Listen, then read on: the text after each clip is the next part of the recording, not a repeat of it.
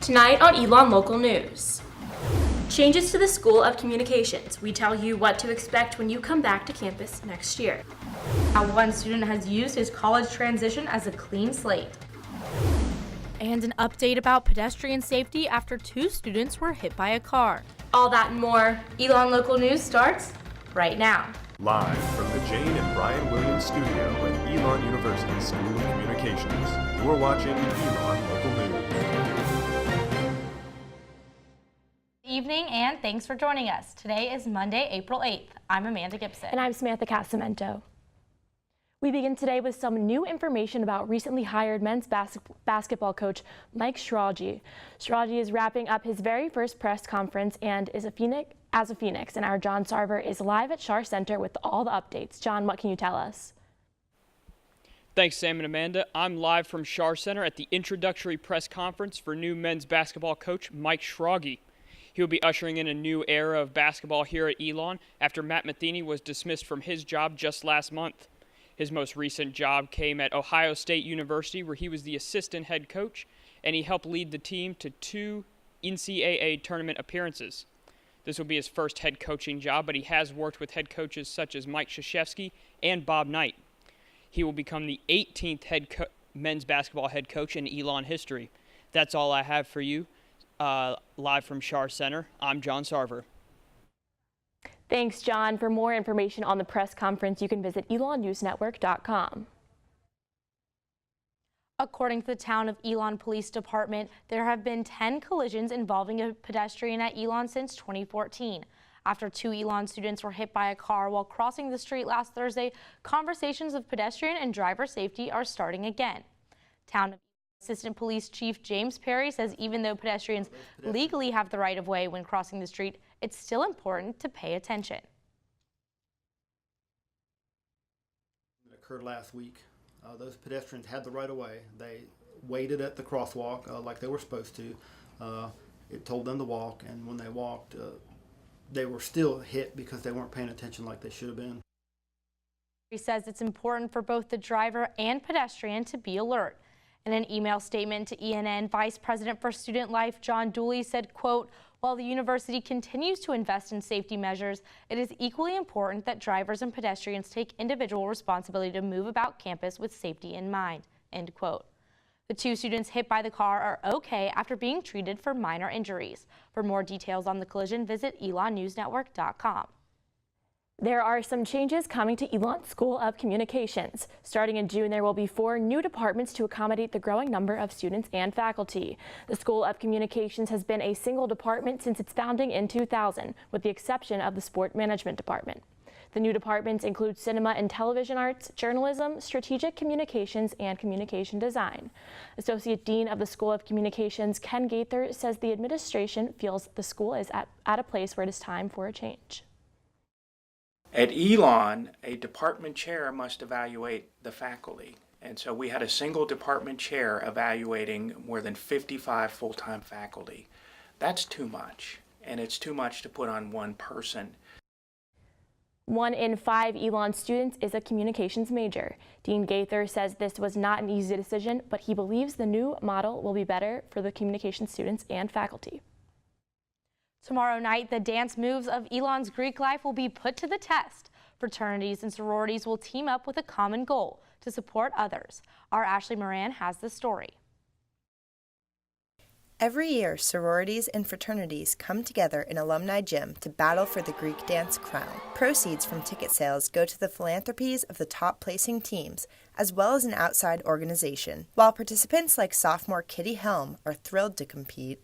Last year, it was one of my favorite days at Elon. It's just like everyone is so excited because you've been working so hard, and the turnout is awesome because so many people participate and just like come and watch. Other students who are not a part of the Greek community, like junior Ava Altenberger, feel slightly different. For me, a lot of my friends are affiliated, so I wouldn't feel weird going, but I do know other people who are not affiliated that might feel a little bit awkward just because they don't know so many people. Senior and Greek dance student coordinator Charlie Baker says Elon's student life is actively working to include other organizations outside of the Greek community. The Senior Class Giving Committee, Elonthon, Relay for Life, and the Student Union Board will all speak at the event. Dance majors will also perform. So kind of making it more holistic and moving away from just the focus on Greek life and really focusing on Elon as a whole through this event that we put on that just happens to involve Greek life. Baker emphasizes that the point of Greek dance is to give back to the community and to support philanthropies. Last week, they held a food drive and raised over 5,000 pounds of food for allied churches and Salvation Army. The outside organization Greek Dance is donating to will be announced at the event. Ashley Moran, Elon Local News. Greek Dance will take place at 7:30 in Alumni Gym tomorrow night. Tickets are available at the door for $15. And the Elon Dance team just returned from a weekend in Daytona Beach at the National Dance Alliance Championships, where they won 6th place. Team captains Ellie Dirks, Natalie Wright, and Kristen Sakari are here with us today. Congratulations and thanks for joining us. Thank you. So how many teams were you up against at this competition? Yeah, so at the competition, it's broken up into several different categories based on genre as well as division. So we're in Division 1 and competed in hip hop, and in our category specifically, there were 13 teams, and only a few of them were able to go to the finals round, like us. So. Great. And what was it like to compete on a national scale? Oh, it was awesome. It requires a lot of energy, and we kind of have a lot of adrenaline going into it. Prelims was awesome, but for finals we get to dance on the bandshell, which is right on the beach, so it's a crazy experience, a lot of fans, and it's really fun. And you're all seniors, so what are your hopes for the Elon Dance team the next few years while you guys will be gone? You know, what can you expect to see? Yeah, so last year we actually placed 6th place as well, but with a lower score, and then this year we actually went up, 2 points by finals. Yeah. So just continuing to keep growing, and you know, next year top 5 or even more, just continue to climb up and improve as a team and as dancers. So. That's great. And reflecting back on the season, what were your favorite memories? Oh boy, so many. I think the UNC game was pretty awesome. Yeah. Being in the Schar Center for the first time and having that big crowd was a really cool experience. Yeah. Yeah, and our whole season kind of leads up to nationals, so nationals is like always my favorite memory. Mm-hmm. Yeah, finding out we made it to finals was one of the most exciting times. Mm-hmm. And what does this mean to you, the award? Honestly, I could go without the trophy just because our team is so, we're so close and we have such a great dynamic, and just like being together and being able to celebrate that accomplishment, that was like the only trophy I need, but this is just awesome to have. It's just like a piece of like to show our memories. But well, congratulations and thank you again so much for joining us. We appreciate it. Thank you. Comedian Ron Funches is headlining the Student Union Board's spring show. Performance Chair Aaron Eady says that when looking for performers, they try to find individuals who resonate with different student groups on campus. Funches is the first Black man to headline a spring performance. He is a single father and active in the LGBTQIA community. I just think there are different groups on Elon's campus that maybe haven't felt as though they are represented in the comedy shows that we've brought in the past. And I think this will be a very memorable experience for a lot of students, and we're reaching a lot of different groups that Sub might not have reached in the past. Students can buy their tickets for the show in Moseley this week or at the Greek Week Dance tomorrow night. The comedian show starts at 8 p.m. in Alumni Gym. The British Parliament has delayed and negotiated Brexit plans for nearly 3 years, and Elon students from the United Kingdom are speaking out. The person leading the charge is British Prime Minister Theresa May, and she is discussing with the Labour Party union about the upcoming Brexit vote. Elon sophomore Ellie Brown was born in England and voted not to leave the European Union. She says May brought up the Brexit conversation and now has to deal with it. Theresa May kind of got herself into a situation and like backed herself into a corner. Brown also says she's worried about Elon students not getting approved for visas if Brexit passes. But according to a recent Guardian report, more student visas will be given out in 2019 if Brexit is approved. Till then, Britain and the EU are supposed to make a Brexit decision on Friday. May says she will resign once Brexit is resolved. Tweets, types, and pings. Coming up, how dating is going digital.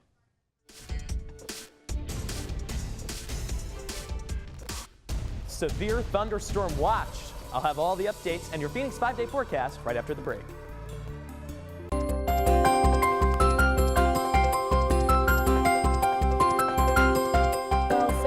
this morning I woke up, and after this weekend I was so excited about the sun, but walking here to the newsroom for the show, I don't know what was going on outside. Me too. I saw the clouds as I was walking over, and I didn't think anything of it. Next thing I knew, I was in the newsroom looking out the window, and it was just complete downpour. No, we avoided the worst of it, I think. We stayed dry, but For others sure. were not so lucky. So Baylor Rodman is here to tell us what we can expect for the rest of the week. Baylor? Well, thank you, guys. We are currently under a severe thunderstorm watch. If you've taken a look outside earlier, boy, it is treacherous. This thunderstorm watch is set to be in effect until 10 o'clock this evening, so it is not over yet. You can expect here heavy rain, flash flooding, strong winds, large hail, even the possibility of isolated tornadoes. So again, this thunderstorm watch is set into effect until 10 p.m. tonight, so please make sure you use caution when you're moving around campus or traveling somewhere for dinner or what have you. We can see some, as you see there, heavy rain, flash flooding, it's all in effect. This is some video of the weather earlier today. It has calmed down a little bit, but it's going to be a mild and dry night, and I urge you, please remember that this severe weather threat is in effect tomorrow as well, and storms are expected to linger. So the majority we'll see until 10 o'clock, but these storms are set to stick around. Tomorrow you can expect travel delays and highs from 5 to 10 degrees above average. Let's move into your Phoenix 5-day forecast a little bit. So as you can see, Tuesday, as I said, it's going to be still stormy, so please make sure you move around with caution. Wednesday, it's going to be sunny though, as well as Thursday. We are expecting some clouds to move into the area on Thursday in the afternoon. And Friday, it's going to be pretty cloudy, and again, we are expecting some possible thunderstorms actually coming into the area in the late afternoon or early evening. Saturday, partly cloudy.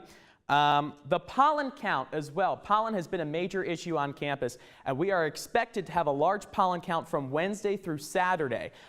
So if you are really allergic to that, make sure you take some Claritin Clear, Zyrtec, or what have you. I do have good news though. As you can see, the temperatures are all in the 70s throughout the week. So that is some good news. I know that it's going to be raining throughout the week, but hey, April showers bring May flowers. So there's something to look forward to there.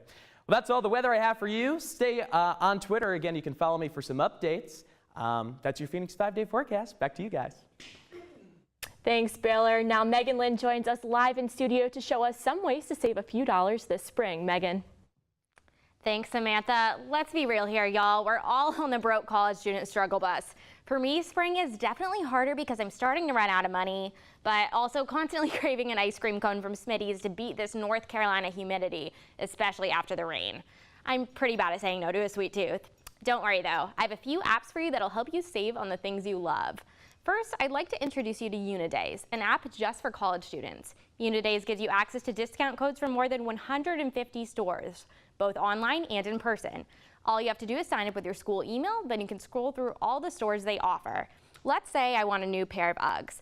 I would just click Get Now, and then it gives me a discount code for 10% off that I can use on my next order. While Unidays saves you some money, the only thing I love more than a discount is free. Interested? Check out the app Perksy. Perksy lets you take quizzes about your favorite brands and earn points to buy gift cards in the app. Every 100 points is worth $1, and when you hit 2,500, you can get a $25 gift card from more than 100 places, including Target, Amazon, and Uber. I've been using the app for about 2 months and already am halfway to a $25 gift card. Both of these apps are free from the App Store, so click that download button and start saving. Amanda and Samantha, back to you. Thanks, Megan. Well, apps can be used for more than just saving money. Our Carly Thomas looks at how technology is changing dating and relationships. Tweets, bings, and phone call rings are things we hear every day. The way we interact with people and start relationships has moved to our cell phones with apps like Bumble and Tinder. A Pew Research Center study found 27% of young adults use dating apps. Elon senior Julian Rigsby says dating apps have made dating even better. I think you can make an extremely real connection, and if anything, it's that space between online to offline is what really matters. Bumble is also a growing dating app on college campuses. Students like Elon sophomore Hannah Clements serve as an ambassador to promote the app. Instead of having like ads on TV or something, they're putting all their money of advertising into students. But Elon Jr. Sophia Diaz says you have to know how to navigate the dating landscape online. In my interactions, I made sure to I filtered it in my mind to make oh, do you want to come over tonight? That's gonna be a hook. hookup. Like, I filtered it for implied information. But after a bumpy start, she's been with her boyfriend for over a year. Dating apps can be all fun and games until you swipe to the wrong person. In a study conducted by the Pew Research Center, almost 50% of people say dating online is more dangerous than other ways of meeting. Rigsby says in some ways that the risks are greater on dating apps. It's real life. It feels like a game because you're swiping. They can see your school. They can see your Instagram pictures. You already have a bio. They know a good amount enough. As technology advances, dating apps don't seem to be going anywhere soon. Rigsby recommends that anyone who tries out dating apps to remember one thing. It's another human that feels and thinks the same random, impulsive, and funny thoughts that they do is on the other side of that screen. As the world goes digital, romance is just a touch away. Carly Thomas, Elon, Local News. For tips on how to stay safe online, visit getsafeonline.com. Coming up, how Elon gave one student the fresh start he needed. And I'll tell you everything you need to know about this week's edition of The Pendulum. You're watching Elon Local News.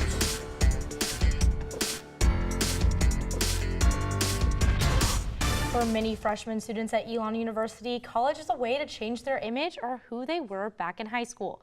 For this transgender student, it was a nice way for him to start over and meet people who did not know his birth name or past. Diego Pineda has the story. Sophomore Jade Tiemann transitioned to male at the age of 17, just months before he began his first year at Elon. Coming to college has been a way to share his story. I wish that I had somebody when I was a teenager who would help me out more, I guess. So I'm really interested in LGBTQIA advocacy, especially for youth, because if their parents aren't supportive, they pretty much have no one else on their side. Despite Elon's high rating on Campus Pride Index and its resources, students such as Tiemann have had to deal with misgendering, harassment, and anxiety. Being #1 in the South, I mean, I haven't had a lot of personal experiences at other schools, but that doesn't necessarily mean it's the best it could be. Being #1 out of an area that's known for not being super LGBT friendly doesn't necessarily mean it's actually like that good overall. Tiemann says one of the reasons he came to Elon is because of the amount of universal restrooms. While there are 120 universal restrooms on campus, he says the locations could be more accessible. I still push for that because I remember how it feels to feel like I didn't have any other options, and for non-binary students and staff, they don't have any other options where they feel safe either. Tiemann is one of the few students that is a part of the university's 10-year strategic plan. He hopes through this, he can create change and more awareness to make Elon a more inclusive campus. I'm not the end-all be-all. I can sit here and tell you my experience, but I definitely can't define like the transgender experience, if there even is one. You know, it depends on where you come from. You know, I also have very supportive parents and families, so I feel like I can be more outspoken than other people because I do have those privileges to fall back on, so I feel like I have a duty to use those privileges for good. Diego Pineda, Elon Local News. For more about Tiemann's experience, pick up a copy of The Pendulum this Wednesday. And for more about what you can expect from The Pendulum this week, Managing Editor Abby Gibbs is live in the newsroom with all the top stories. Abby, what can we look forward to this week? To read the rest of Jay's story, check out this week's edition of The Pendulum to learn more about his experience at Elon. We also covered the establishment of 3 female executive SGA board leaders and their journey to breaking the glass ceiling. We are also covering a story on Dragstavaganza, Elon's GLC's annual performance celebrating Spring Pride Week featuring student and an alumnus performer. For sports, we're taking a deeper look into the future of Elon men's basketball under the team's new coach, Mike Schrage. That's all we have. Back to you, Sam and Amanda. Thanks, Abby. It was a busy weekend for the Phoenix, plus how a tennis duo's chemistry shines through on the court. I'll have your sports update after the break. You're watching Elon Local News. Our Caitlin Rundle is live in studio to give us an update on Phoenix sports. Caitlin. It was a busy weekend for Phoenix athletics. Several Elon teams played at home this weekend and on the road. Women's lacrosse played 2 games at home this weekend. Elon took on Drexel on Friday. The Phoenix won thanks to 6 goals from freshman Kaylee Thompson.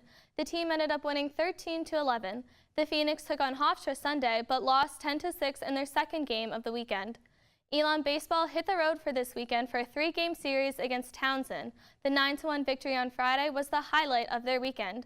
The Phoenix offense was led by home runs from both Ty Adcock and Jack